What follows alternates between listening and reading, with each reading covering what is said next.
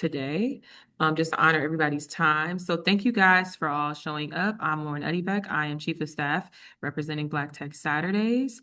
And so we're really excited to have you guys here for another segment of our virtual AI series. And so this series was just designed to kind of help to simplify your life, whether you're a founder, whether you're an operator, whether you're a solopreneur or somebody that's an entrepreneur at work and looking to find ways to simplify your life with AI. We're doing that from everything from marketing, figuring out how to manage through your financial dashboards. And today we're going to talk about how to kind of think more critically about fundraising grants and, all the things that are associated with nonprofit fundraising using AI. And today we have our expert, Marc Alexander, founder of Light Rays, who is a visionary leader and accomplished serial entrepreneur dedicated to fostering innovation in business and community impact. As the founder of Light Tuition and co-founder and CEO of Light Rays, Marc is transforming how students access education and how nonprofits fundraise, creating tools that unlock long-term growth and sustainability. Beyond his ventures, Marc serves on the board of directors for Freestar Financial Credit Union and the Armor Women Foundation, advocating for financial literacy and empowerment in underserved communities. A past president and active member of a leading Kiwanis club, Marc has received the Hickson Award for his outstanding service to youth and community development. So he's also been named a most valuable entrepreneur by Corp magazine and recognized among Macomb County's 40 under 40. He's also a published author and motivational speaker and social entrepreneur. And so I'm going to turn it over to him to start today's session. So thank you guys again. Please keep in mind you guys are being recorded. This session will also be featured on our website for a recap if you want to kind of review later. So without further ado, Marc Alexander.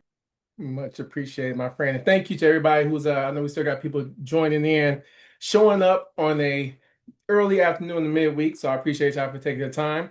What we're going to talk about today is AI for impact, fundraising, grants, and storytelling. So of course, before we dive into it, who is Marc Alexander? So I'm a servant of Christ. I highlight this because as nonprofit leaders, we put service above self.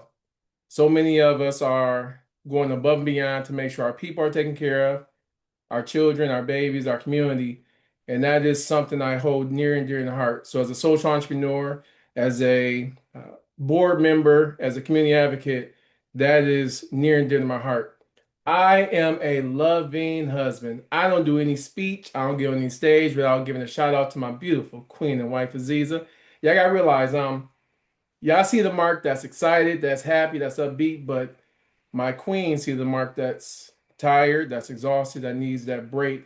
She is the moon to my sunshine. So anytime I'm doing a speech, I'm doing a startup or doing a meeting, that's time away from her. And she has been my biggest secret to success. So I always want to give a shout out to my beautiful queen. And I'm a successful entrepreneur. This is very important, whether it's for being an entrepreneur, I'm a successful uncle, successful husband, successful board member. The reason this is so important for everybody is you have to be the biggest cheerleader for yourself. Those of y'all who are the solopreneurs, new founders who have been in the journey for a while, or if this is your second, third, fourth venture, you understand that you can be in a room full of people and still feel alone. So you have to remind yourself from a mental standpoint, I am successful no matter what your role is, whether you're a volunteer or you're a worker or a builder. Remind yourself daily that you're successful. Now, I know we got a good diverse room of people, so we're going to level set and make this very good point. We're going to talk a lot about AIs, but you can teach anybody a tool, you can teach anybody a job, but you can't teach people to be good people. That is what sets us all apart in today's session, because you all are core people to the community. We have a lot of folks, we'll just say, that's out there not doing the best for the people that truly need the most, but it's the good people, those leading organizations, leading charges, those who are in attendance today to learn, and those who are going to watch this video later on as well to get the insight. These are the people that's going to change our communities and how we move forward.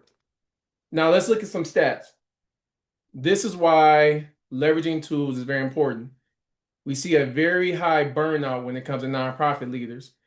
Of course, we hear so much funding struggles, whether it's getting grants, getting people to donate, or just increasing your funding sources. Those have been some of the big pain points. But time poverty.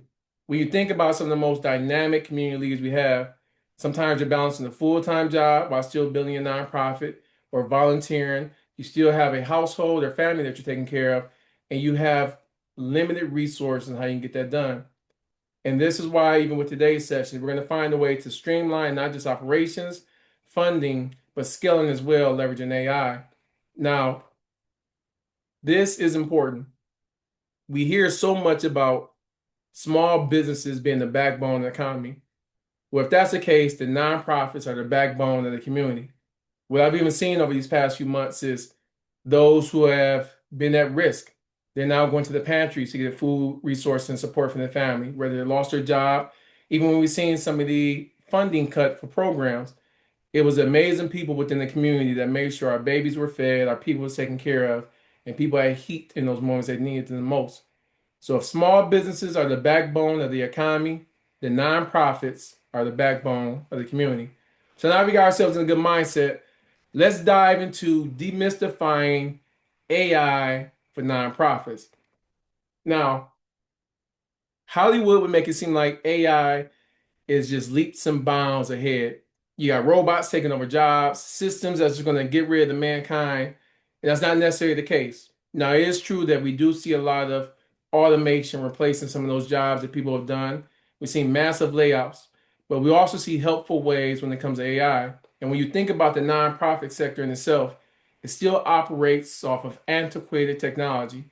So there is a lot of improvement for growth, especially when it comes to it.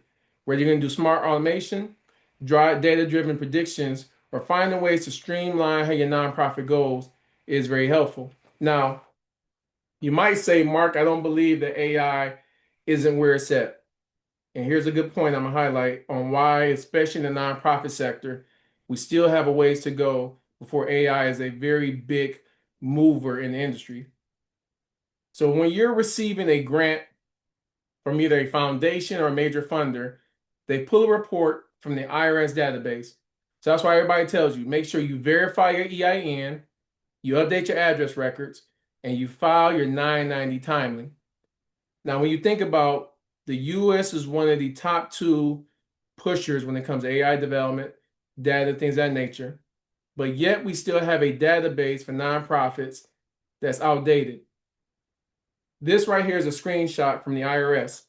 So when those big funders or big foundations are going to send you a check, they go to the website, they click the link, they select the state of your nonprofit, and then once they select the state, they download a Microsoft Excel spreadsheet that's updated every second Monday of the month with your address. Now think about this. Let's say you move midway between the year, you update your website, you updated with the post office, everything you need to be. But if this database, this Microsoft Excel spreadsheet in the era where AI and technology is so huge, does not have your correct address, it's going to be one or two things happen. All right, that check is going to go to your old address without you being there. Or worst case scenario, if the foundation or the funder does not have mail forwarding allowed for the check, it will get sent back to the funder, now delaying that funding as it is.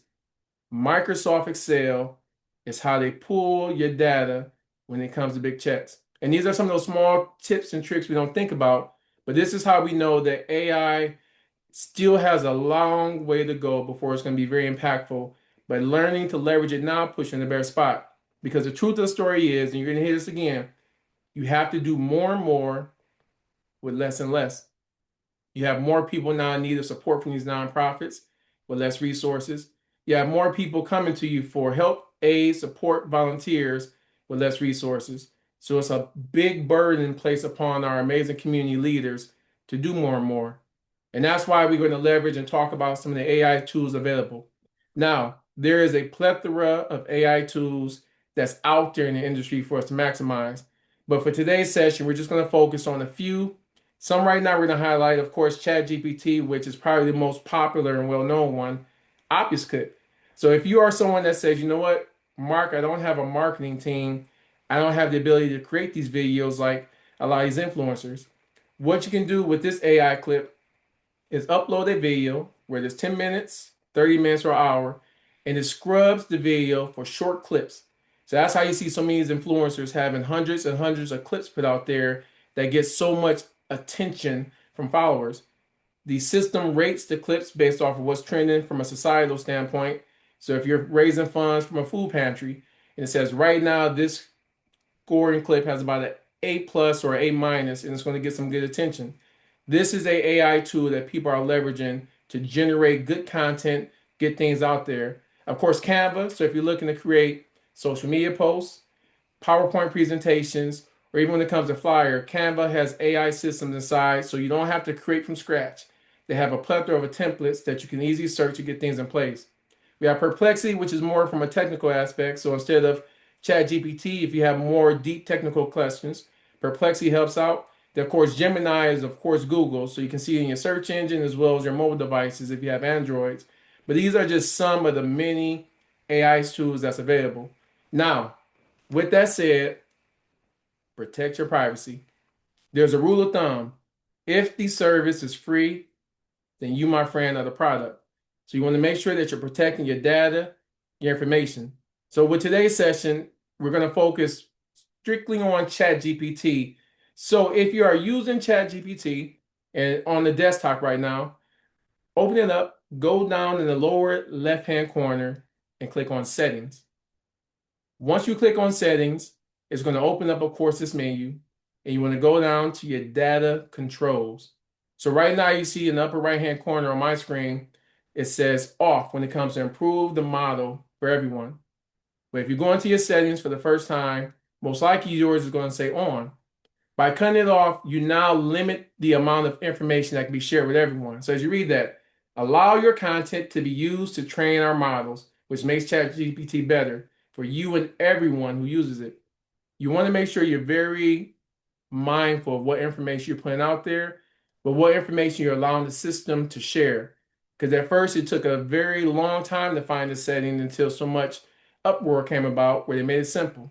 So make sure you go into settings, look at data control, cut off sharing of your videos, your recordings, as well as your information to share with everyone, because you want to make sure you're protecting your data. This is the same whether it's coming from websites. Read through your terms and agreements before you download the apps, but be very, very careful, leaders, what we're sharing and highlighting with AI tools and any platform or apps that we're using. So let's look at finding funding and how AI discovers opportunities. And while we're going through this, please make sure to drop questions in the chat. If you have anything that pop up, please let us know. This is an interactive section. We're still going to have time at the end of the session to answer questions, but please do not hesitate to drop some things in there if it pops up now. So finding funding and how AI discovers opportunities. This is what is a great resource, especially for those lean nonprofits where you might have 2, 3, or 4 people on your team. So when it comes to research and grants, we already know there are thousands and thousands of grants and funding opportunities that's out there, but we do not have the time in the day to go through every single one. So I know we have a lot of people that's already familiar where you can use AI to scrub through thousands of databases to see what grants align with your organization. What this does now is it flips your sales funnel upside down. So instead of you searching through thousands of grants, you can now streamline those grants that align with your organization, your mission, your vision, your purpose. And what that does is it puts you in a higher percentile now to get that grant and secure it.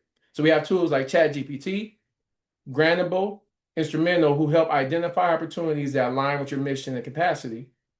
Of course, what's very important, back in my day, we had something called writer's block, where you get an application, you say, okay, I got to create a new summary, a new response, and new update. Now, the unique thing with AI, it lets you create your first proposal draft so you can refine it and make sure you still have your unique voice, focus, and content inside of there. And this helps tremendously. So what does this look like? Now, again, we want to make sure that we're protecting our privacy of our organization, as well as any of our donors, our team members, and those we work with. So the more AI knows, the better it writes. Now, here's a strategic way to use AI while still protecting that sensitive data. So the first thing you want to do is copy your public data. So whether it's from your website, your flyers, even when it comes to your IRS database, when you search in your nonprofit or your foundation, it pulls up so much information that's free to the public to share. This is content that you then want to copy and have set aside. Once you copied it, you then want to paste it inside of ChatGPT and type save to memory.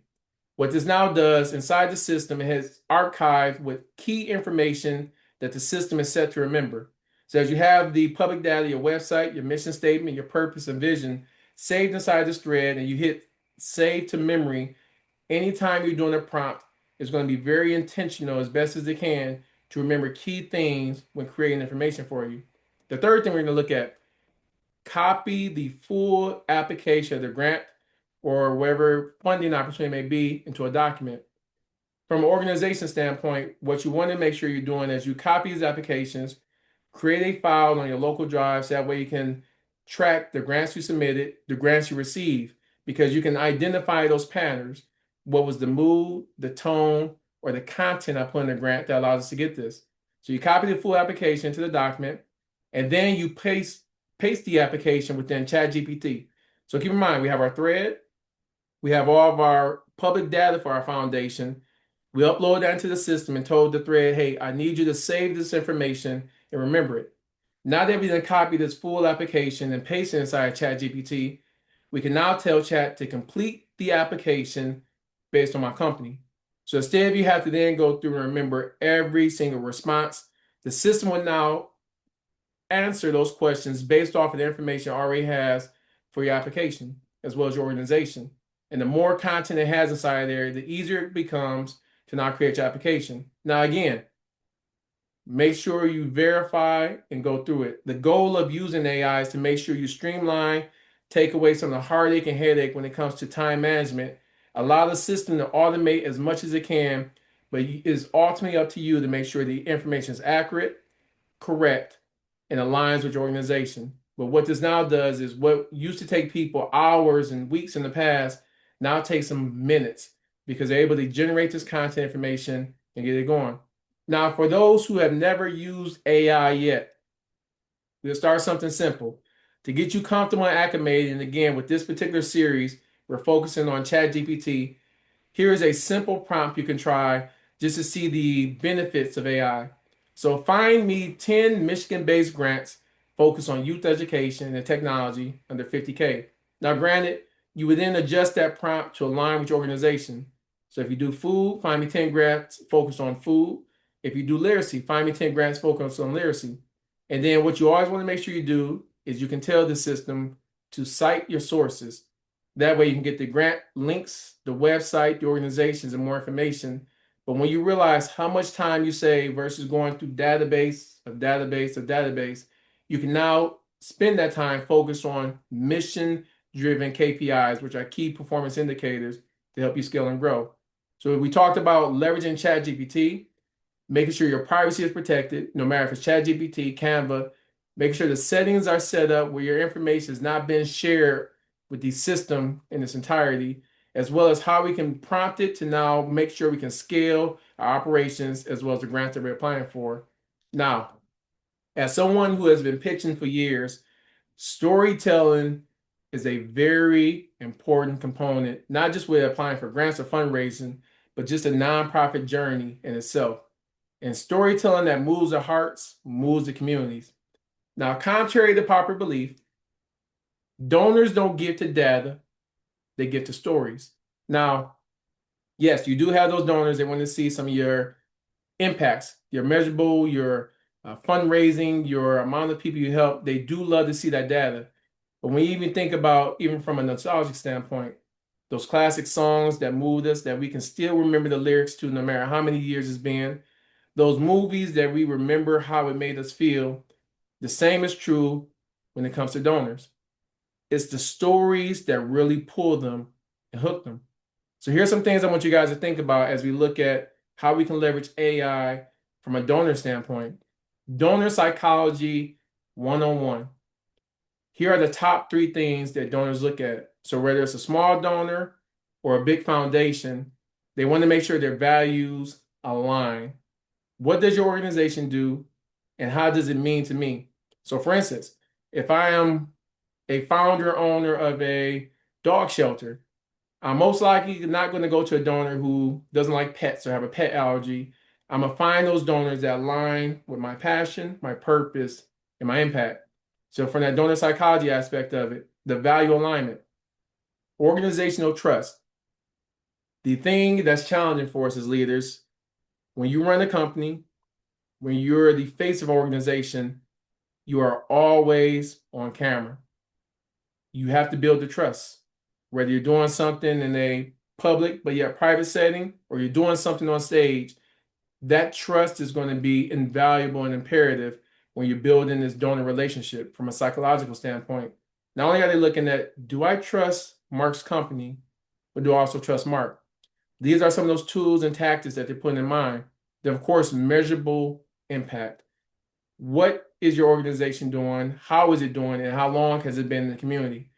These are top three things that donors look at from a psychological standpoint where they're given. Now, what you do is you take this information and you create what we call a donor persona. If you haven't had these already, we're going to show you how you can create them very easily. But these are personas to make sure when you're creating a story, you're crafting the message, you're making sure that it's aligned. And what it does is now it improves your success rate tremendously because you're sending the right narrative and message. So, for instance, this is a donor persona for someone who's a school teacher named Cody. That persona highlights their frustrations. If it's a big organization, what's their pain points? What do they fund and why are they passionate about it? What's their personality? Because some foundations might want you to come in for meetings and it might be very punctual and structured, where some might be more relaxed and grassroots focused, where they say, hey, you don't need to have this detailed information. But understanding the personalities better positions you to scale and grow. Then also, there's our plethora of persona templates, but what motivates them?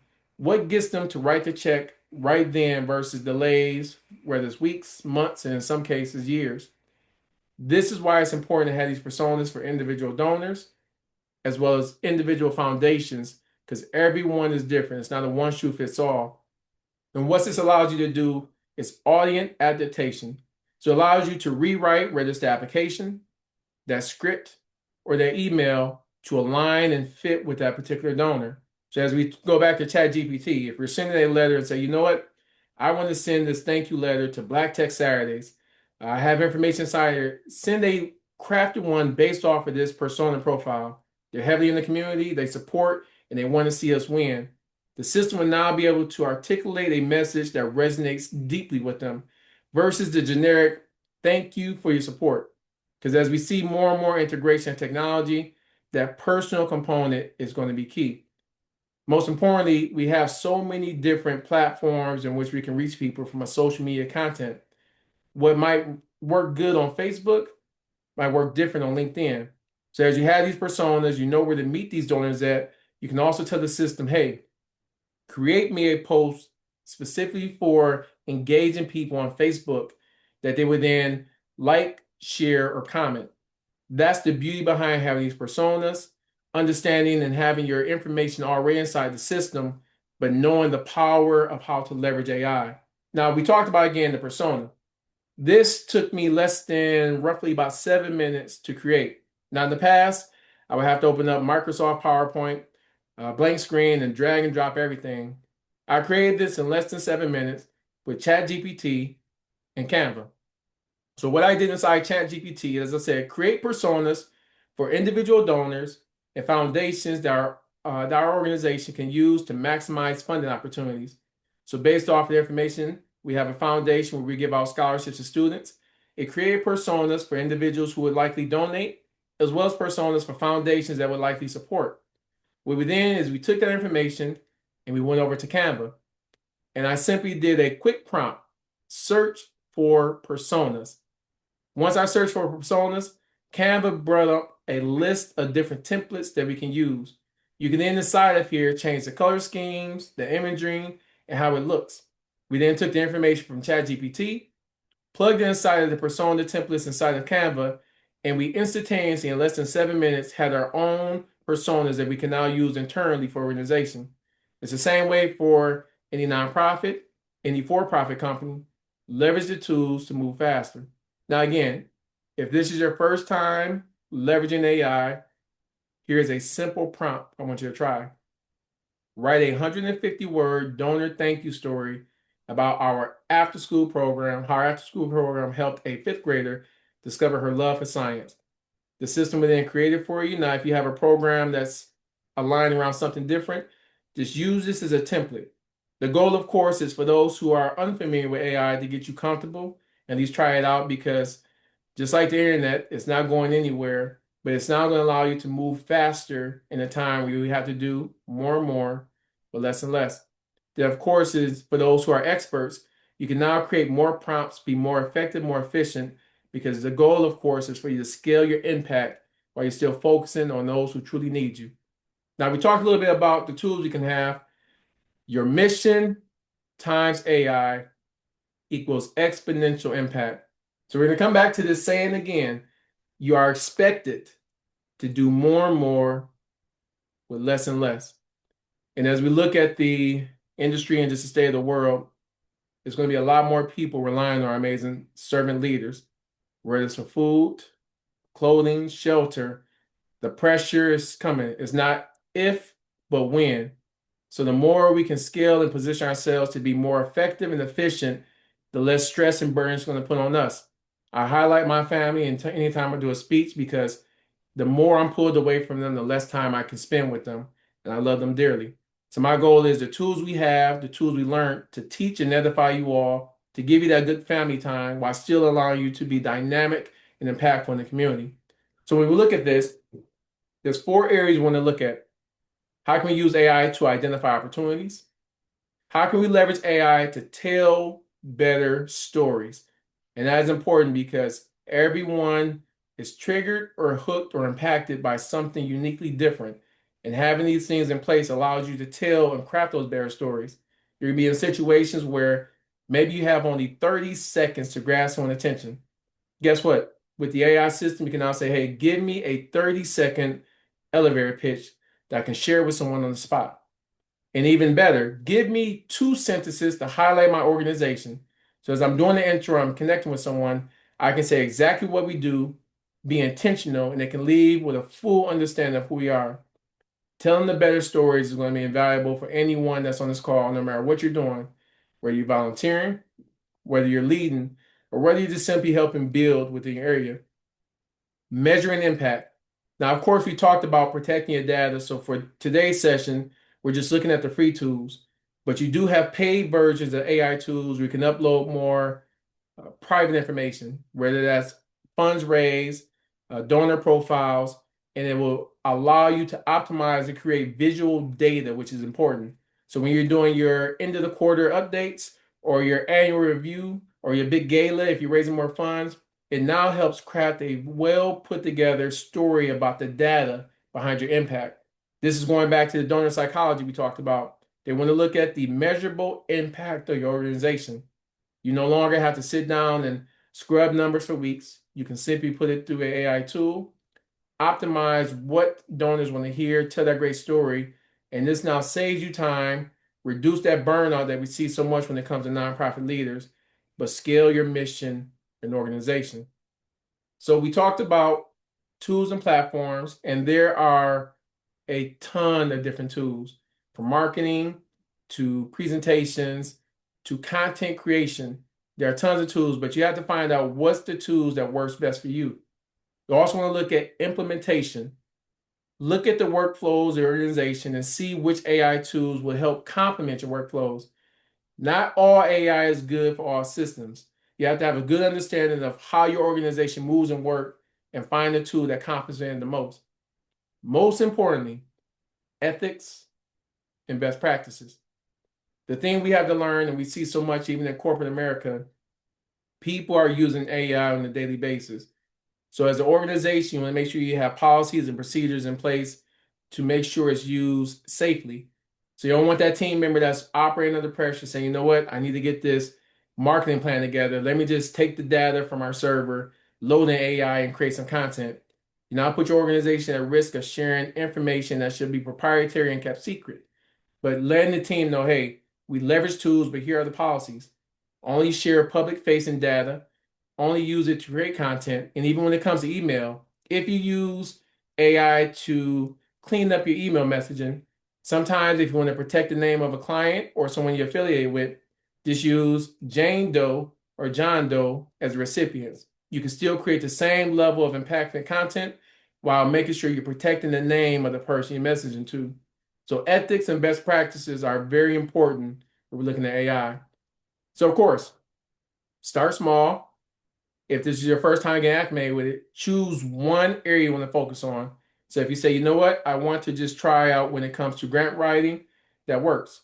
If you want to do some more research, do some more data analytics, that works as well. Or if you say, you know what, I just want to use it strictly to craft our story because we have all these great tools in place, but we just need help articulating this powerful and dynamic message. Start small, but make sure you get comfortable with it. The next thing, of course, stay curious. The good thing about being a tech entrepreneur is I'm around folks who are always trying out something new. That's how I learned about Office Clip early on, which allowed us to now push out a massive amount of content when it came to videos and short reels, as well as learning some more tools that we can use internally to be more effective and efficient. But most importantly, keep it human. The thing we always tell folks is you don't want AI to then become your own personality. You feed it the context so it can create the content, but make sure you keep who you are at the core. That's why people donate. That's why they support. So AI is simply a tool, which brings us to the pro tips we want to talk about. So we did a high level overview about using AI to search out grant opportunities, then filling them in for the grant applications themselves. We talked about how you can use it to now apply different storytelling techniques because you want to make sure you're matching the persona of the person you're sending the messenger to or the applications you're going after. But here are some pro tips to keep in place. So I love AI, but you still have some work to improve on. Trust, but verify. I'm going to say it one more time. Trust, but verify. What happens too often is someone will put something inside AI and say, Mark, this is the truth. AI said it, so it can't be wrong. Well, I'm going to put you up on something. It's called hallucinations. So what happens is AI at times, it produces inaccurate, false, and sometimes misleading information. So we've been in situations with other tech entrepreneurs where AI might have written the code for them. And you might say, I think this line of code is going to break the system. And AI say, nope, it won't break it. Even as you ask it repeatedly, once you put the code in and say, you know what, you were right, Mark, it will break the system. So it does have what they call hallucinations. When you look at how fast AI is growing, it is hard for it to keep up with the data, the information, accuracy of so many things that's out there. So trust, but verify. The next thing, oh, the M symbol. Y'all might not know what M symbols are. They just look like a small dash, but these are the long dashes you see in documents and posts. The reason this is important, AI has hidden keys and codes which allow systems to identify if a post, a document, or application was written by AI. As we see it integrated so much, that's why even when it comes to videos, you have certain pop-ups that would say this is an AI generated video. This is one for ChatGPT that highlights it was AI either edited or generated. It's the long M symbols. The reason why I think it's important, and I know it's important for us all to keep this in mind, if you're going after a major grant opportunity and you want people to see your personality, grant writers are now getting hit to the fact that people are using AI, which is understandable. But when they see that M symbol throughout the entire document, it takes away from the personality and the content created by organizations themselves. Same thing with them. They have AI detectors, different funders and organizations, and these are small symbols they look for. So now, as you go through whether it's on social media, you will start to notice over these past few months, you start seeing the same posts repeatedly. The algorithms within social media are paying attention to AI generated content and will make sure they still have the genuine, authentic content of its users. So when they see some of the M symbols, they would then not get that post as much visibility based off the algorithm. So as you're going through, you can even prompt inside ChatGPT, chat, rewrite this post or this application and remove all M symbols out of the document. What would then happen would then go back through, remove the M symbols, and that is just one small way. There are additional tools you can use, and this would be something we can talk about at a different workshop. But AI is here to stay. But even your own selves, if you're working with contractors, if you're working with third parties, make sure that you understand the content that they're giving you and the authenticity of it. Because if it's something you could have created AI yourself, but now you're spending thousands of dollars for, it could adversely affect you.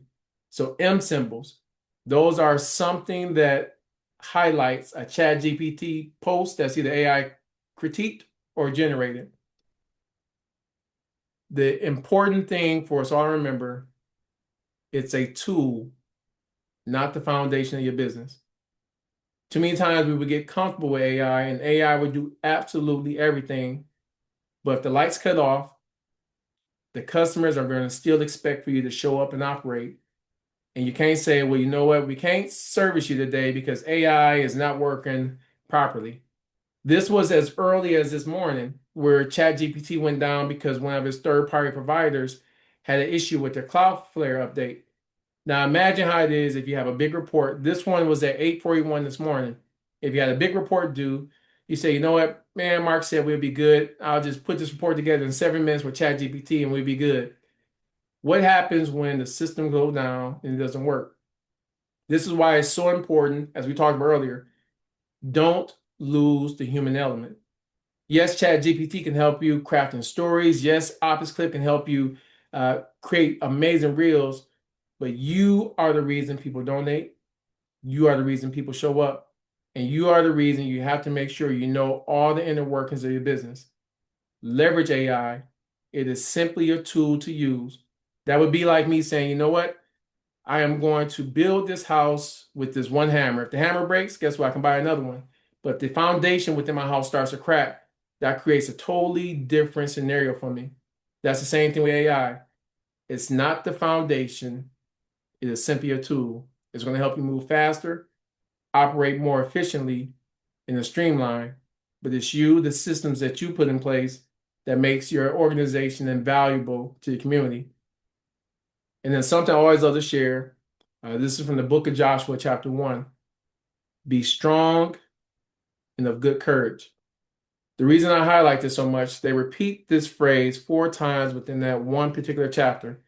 And it highlights when you look up the words, be strong, which is in Hebrew, labak, to pretend to be strong, look to be strong, and carry on. As community leaders, we already know there's going to be tough times ahead where we have to show up and show out.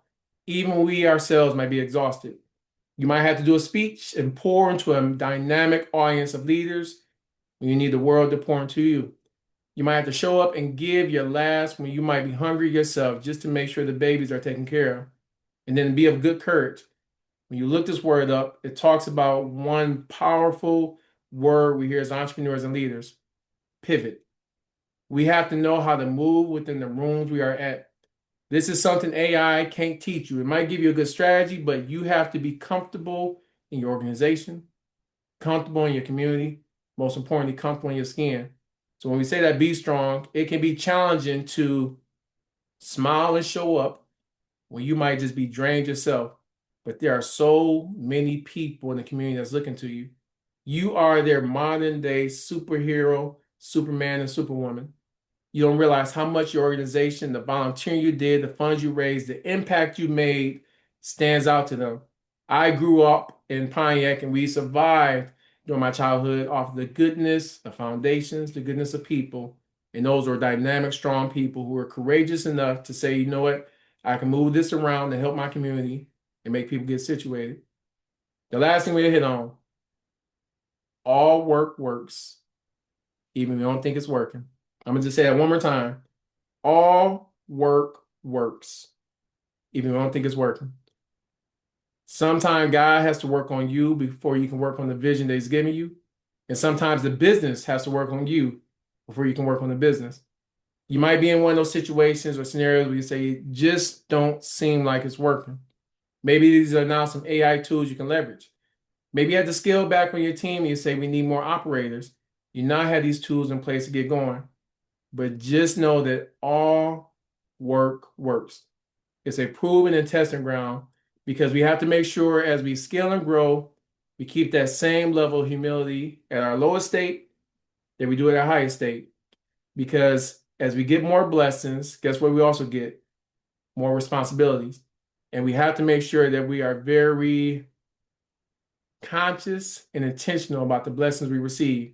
Because not just our organization relies on them, but all the people who are counting on your organization as well as you to win and thrive are relying on you to be successful.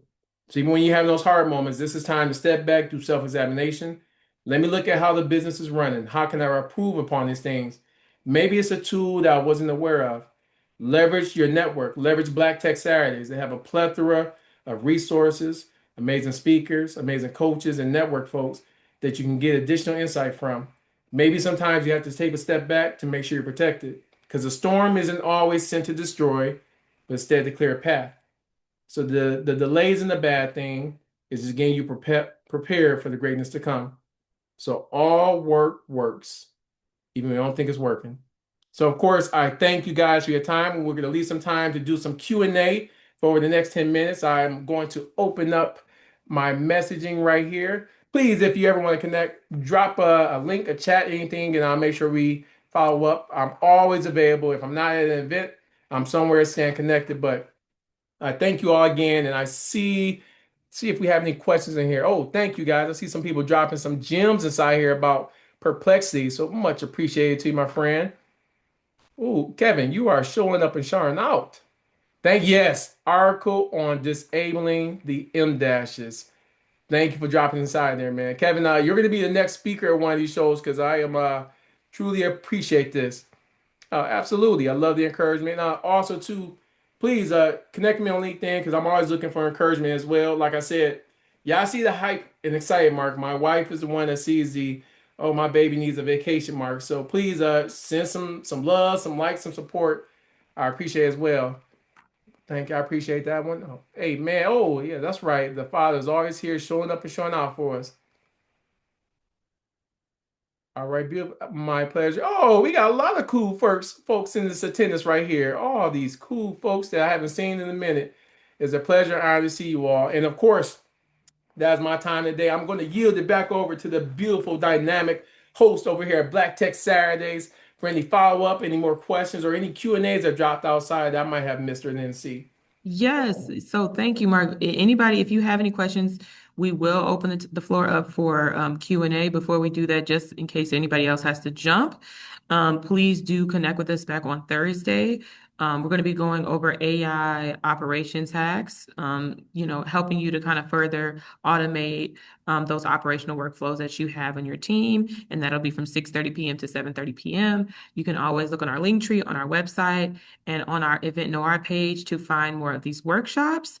We'll also be having a showcase in December so that if you've been working on any AI solutions, you can come back and it'll be kind of a virtual roundtable that you guys can go and kind of share what you've been working on and what you've been learning throughout the time that we've been working on the series. But I'll turn it back over to Mark. We'll get into some Q&A, and then after that, we'll leave. Yes, I see one question already. What could I tell someone who is anti-Chat GPT and encourage them as a useful tool? Now, that's a great question. So it's a scripture I love. Faith without works is dead being alone. So what you have to do at times is if they are anti-chat, but you know it's a tool that can help with them. So you know what, here, send me the question you have and I'll see what I can find out. What I've learned is I did this with tons of people is they would send something over and I would send something back in like 10 minutes. They're like, oh my God, that would have taken me hours. I was like, send me some more information. And then when we jump on the virtual call and I show them, well, this is how I got your quick response to you. It makes them comfortable. Sometimes in technology, think about our grandparents, for those of us who grew up in the era with VCRs. My grandma used to be terrified of VCRs. And it wasn't until I got older, my own age, and seeing how fast technology was moving that it became uncomfortable because it's such a huge learning curve. But when you have someone that can walk you through the process, it makes them comfortable. So some of those tactics I do, send me some quick tasks that I can know I can do real quick. That won't take enough time for me. I send a response, they'd be amazed. Or I say, hey, let's jump on a quick Zoom call and I'll show you exactly what I did. And when they see it, they become pretty impressed. And then you also have, depending on your organization, they do have a business chat GPT you can use. We can have more team members involved. So you can teach them as long as in the process and get them acclimated to it. But once they get exposed to it, they will use it daily. Now, the one thing I will say, make sure you let them know, trust but verify, because I've introduced some people to AI, and oh my goodness, they became Nobel Peace Prize writers. They've written tons of books, they become authors, but AI will never replace the experience of those who've been through building the business, seeing people struggle, helping the community. That is something AI will never replace. So that experience is always going to be key, but coupling that experience with AI is going to be something that can help them scale and grow. So, great question. I'm just scrolling through, see if it's anything else that we have in here. Absolutely. The one thing I would say, great thing, I know you convince your board members, something I want everybody to be very mindful of if you're doing a board meeting. And I think that's what people don't understand. There's different tools for AI. Do not put AI recording tools in your board meeting. This is why I'm sharing this. At your board meeting, that's where you have your governing meetings and you can talk at high levels. And sometimes when you look at the mini meetings, they can be taken out of context. If you see inside there, Mark said that he didn't appreciate the funding going towards reading literacy. Now, I could have said that joking, like, man, I don't appreciate this happening. But guess what? AI just recorded the notes, not the tone. So when it comes to meetings themselves, having AI take the notes, I would highly advise against it because those become part of your public records. And the one thing you don't want to do is have too much content when it comes to discussion time, and that takes away from the votes, the actions, or the issues that's at hand. So definitely be mindful of AI recording tools at board meetings, especially virtual ones. But when it comes to organization aspect, it can help you scale in so many areas in an organization. So if your board says we need to find more funding opportunities, coming to them and say, hey, here's the top 10 funding opportunities that align with our mission, which we have a high percentile of achieving, and we found all this from chat. They can see it becomes an operator to find data information. When it comes to marketing, they see the information put out by Canva or the videos put out by OpusClip. They can see the benefits, but just be very careful about bringing AI into the board meetings to record notes. Keep those off because once they're voted upon, when it comes to the Open Meetings Act, people can say, I would like to see your board meetings. And the one thing you don't want is to have anything that takes out of context what was done in open discussion. But a great question. We have one more drop inside here. George, how you doing? How can we use it and still stay true to environmental sustainability and not add to the issue of the Earth's core? That is a great question because even now in Michigan, for those who are here, there's a lot of debate on data centers that's taking place. So one thing you can do on your own just to minimize your footprint, as we talked about, there are threads within ChatGPT. Go to some of those old threads that you haven't looked at in months and start to delete them. That's just less data we have to place. And then even being data conscious, one thing we all do, and we're guilty of it when it comes to even cell phones, we will have hordes of pictures. Instead of downloading them onto a thumb drive, we would just pay Apple or Google for higher storage to not put the data on. This is the same type of stuff that we can start doing internally to be very conscious about the environment because data centers pull a lot of energy, which we don't know right now what it's going to look like here in Michigan. But that's some good ways we can start being more conscious and aware internally. So, great question. We have another question here. Is it worth to apply to grants? From the in real life, people that I have met, they have low win rates. Realistically, how many grants will one need to apply in order to win? And then the second part, how to identify your competitors, aka the people, companies who win the grants. Great question. And then I know it's a third part to there. So what I've learned when going through and looking at grants and using AI for it, I make sure that I create more information and details when it comes to, as we talked about earlier with ChatGPT, a thread that's focused on my foundation. What you also want to then do is take through and scrub the organization that you're going to apply the grant for. And what the system can do is based off your mission, vision, purpose, the information that's publicly available, it can tell you where the alignment comes into place. Now, donor persona. There's a lot that goes into securing the grants when it comes to AI tools.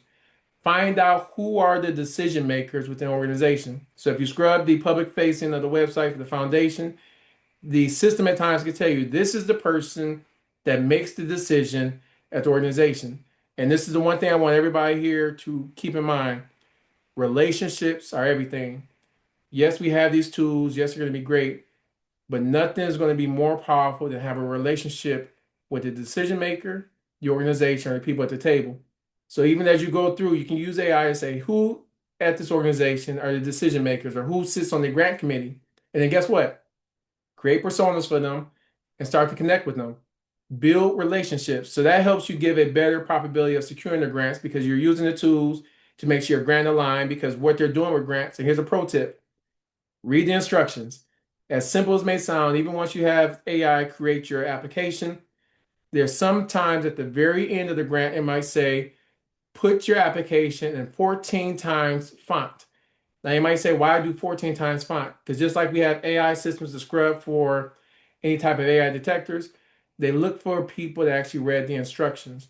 So if you submit something in 12 font, no matter how beautiful the application may be, it still get tossed out. That's how grant funders can go through hundreds of applications within a matter of days because some people just didn't follow application as guidelines for it. Now going to that, what you can do, because there's a lot of public information, 990 forms. So all this is available to the IRS. You can then look up and see, okay, if it's detailed enough, depending on if they're doing a 990 easy form or a full 990, you can see organizations that receive funding from them. Now, of course, this takes some good data, but this is where you can use AI. Download the documents since they're public facing, upload them, and say, okay, which organization received it? You can see the similarities. Now, the only thing we can be at Black Tech Saturdays is real. There are still, for lack of better terms, unfairness within receiving grants. You can have the best grant, the most polished, your mission be aligned, and it still be given to someone that might have a personal connection to organization. So sometimes you won't win, but the thing is, you don't know unless you try. So I can't guarantee that AI is going to get you 100% of grants because relationships are still key, but at least it gets you a little bit closer to the finish line. Now, last part, I don't want to apply to a grant if I don't have a chance of winning, which I agree. Maximize your time. So that's why we talked about with AI, instead of going through 100 applications, you say, okay, what are the top 10 grants that I can go after so I can maximize my time? So if you're familiar with the sales funnel, you have all the cold calls you're going to reach out to, the warm calls, and your hot leads. That system allows you now to scale it down to the hot leads, the organizations you have a better chance of getting from.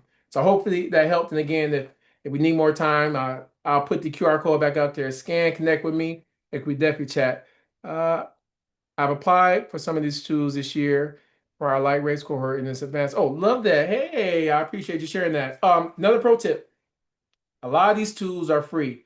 So one thing as nonprofit leaders, we have to be very frugal. And what happens is they might say, we give you a 90-day free trial. Here's a pro tip we didn't add. The second you sign up, save in your calendar on day 85 a reminder to cancel that free subscription. Now, the reason I share this is because a lot of these AI tools are fighting for your attention. When you go to cancel, guess what? It pop up at times. We'll give you another free 30 days if you don't cancel your subscription. But what happens with so many of us is we forget to cancel the subscription. I still have Planet Fitness and I have not seen them in a while, but I'm going to add a calendar reminder today so I can make sure I'm staying true to these pro tips. But even when you cancel it, sometimes they will extend your free trial because they want to make sure they keep you retained. So sign up for a free trial, save in your calendar at least 5 days before it's due, cancel it, and sometimes that locks even more. So love that. Just scrolling through a few more. I know we have a few questions, and my apologies. I know we want to be respectful of everybody's time, so we'll conclude at one. But please feel free to reach out. Love the tips, love the tips. Appreciate that. How can my business A mobile notary service leverages platform-based technology similar to architecture of light rays to automate scheduling, secure payment processing, and manage independent notary agents to efficiently scale the business. So we mentioned there's a lot of different AI tools out there. So they do have some logistical tools, which allows you, if you have a mobile service like that, and let's say you have a team of 3 or 4, you can now track where they're at, their mileage. Now, of course, this is if you have a business account with the AI tool. So it keeps you more on top of what's going on. So internally for us, we use a software called Zoho. It allows us to see where all of our laptops are located, efficiencies, operational aspects, and then it also has bots that allows us to talk to the team, help them out, and then dial into it. So there's a bunch of them, and we can definitely check afterwards to see what tools might be available for the notary service as well. And on top of it, CRM, which is customer relationship management tools.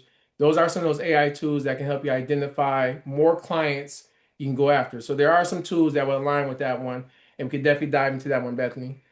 We have another question. I just want to pitch. Oh, let's go. I just want to pitch competition where I forgot the last half of my 60-second pitch and still walked away with cash. That is what I'm talking about. The goal is to show up even when you don't feel qualified or prepared. So let me we will end it on that note. I know we got some more questions. I'll make sure I copy them in there.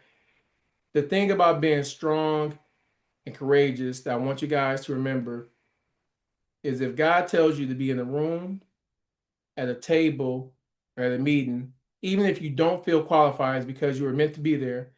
There's been a lot of opportunities that should have been impossible for me to achieve, but I showed up even when I didn't feel qualified or felt like I known stuff.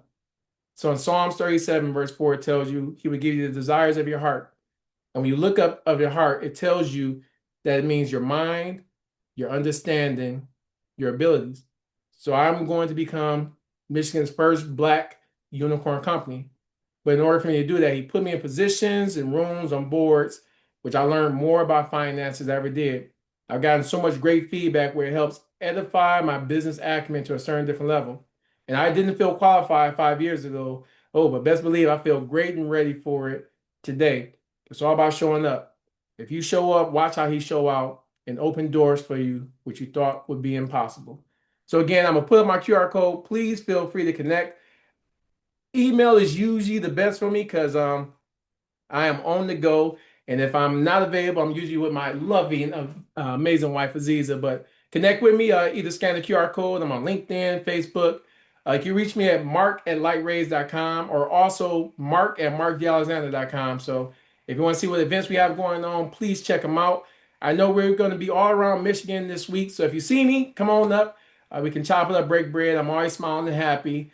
But I thank you guys again for your time and attention. And Black Tech Saturdays back over to you all. All right, all right. Well, thank you. With that, we will just conclude. Again, we hope to see you at future events. We'll have one on the 20th, 22nd, 25th, so on and so forth. So continue to stay close and connected on our Instagram and beyond. We'll see you guys later. Take care, everybody.